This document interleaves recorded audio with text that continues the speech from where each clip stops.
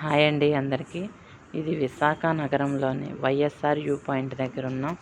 ఇది చూడటానికి ఎంతో ఆనందాన్ని, ఆహ్లాదాన్ని అందించే సాగర తీరంలో ఈ సాగర ఘోష అనేది చూడటానికి, వినటానికి అన్ని విధాలుగా మనకి కనిపిస్తుంది. ఈ సాగర తీరంలో వీక్షకులు ఎండ కొండ అంటూ కూడా లేదండి.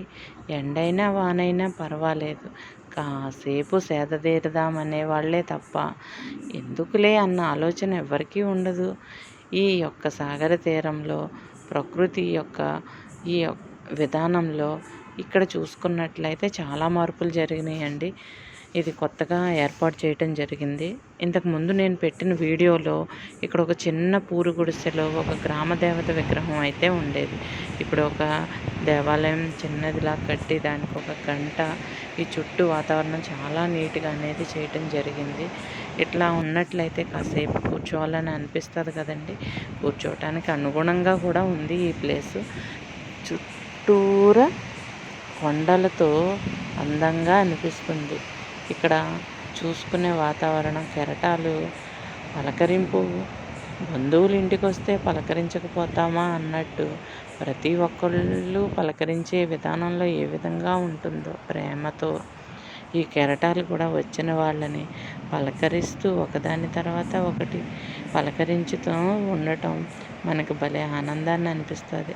ఈ సాగర తీరంలో యొక్క కొండలు ఇప్పుడైతే చిన్నగా అయిపోయినాయి ఏమో కానండి, ప్రకృతి ప్రభావం వల్ల అవ్వచ్చు, సాగర తీరంలో కెరటాల ఆటుపోట్ల వల్ల అవ్వచ్చు, కానీ ఈ కొండ యొక్క సైజులు పరిమాణం అయితే తక్కువయ్యాయని చెప్పవచ్చు. చిన్నగా అయిపోయినాయి కానండి ఈ కొండ రాళ్ళు రప్పలు. ఈ సముద్ర తీరాన్ని చూసుకున్నట్లయితే ఎంతో ఆనందాన్ని, ఆహ్లాదాన్ని అనిపిస్తుంది. మనల్ని కాస్త మైమరిపింపజేసే గుణం ప్రకృతికే కదండి ఉంది. చెప్పాలనుకుంటే మాటలేముంది. చూసే విధానంలో కూడా మనం మనస్ఫూర్తిగా ఉన్నట్లయితే మన కళ్ళ ముందు ప్రకృతి ఎంతో ఆనందాన్ని ఇస్తుంది, పలకరిస్తుంది, పులకరించేటట్లు చేస్తుంది. చూడండి కెరటాల తాకిడికి యొక్క కొండలు ఎట్లా రంధ్రాలు విధంగా ఇదైనయో. ఇక్కడ కాళ్ళు నడిచే విధానంలో జాగ్రత్త అనేది అవసరం సుమా.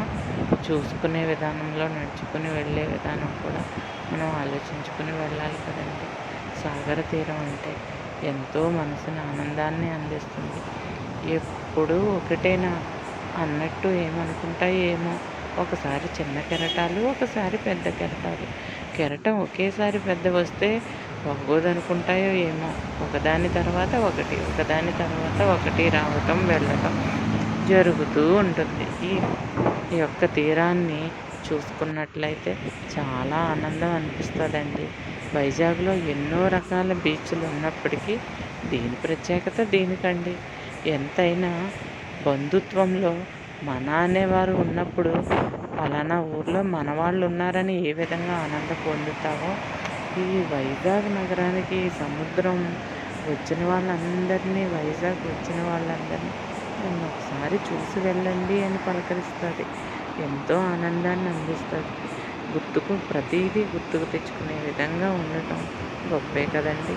తీరాల తాకిడికి మనకి ఆనందాన్ని అందించడం ఒక గొప్ప వరంగా చెప్పవచ్చు.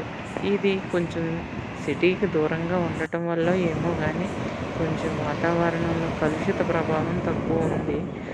డ్రైనేజీ సిస్టమ్ దగ్గర ఉండటం కొంతవరకు ఉన్న ఇబ్బంది అయితే అవ్వచ్చేమో, కానీ చెత్త చెదరాలు మాత్రం లేవి సుమా.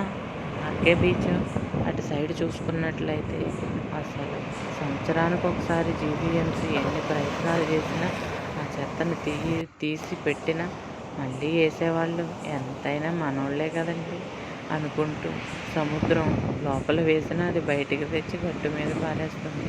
మీరెప్పుడోకప్పుడు శుభ్రం చేసుకోండిరా, నా పని నేను చేశానని సాగరం చెప్పే విధానం చూసుకుంటే మనకు కూడా అనిపిస్తుంది. ఇది ఎక్కడ అనుకుంటున్నారా? తెన్నేటి పార్క్ దగ్గరేనండి.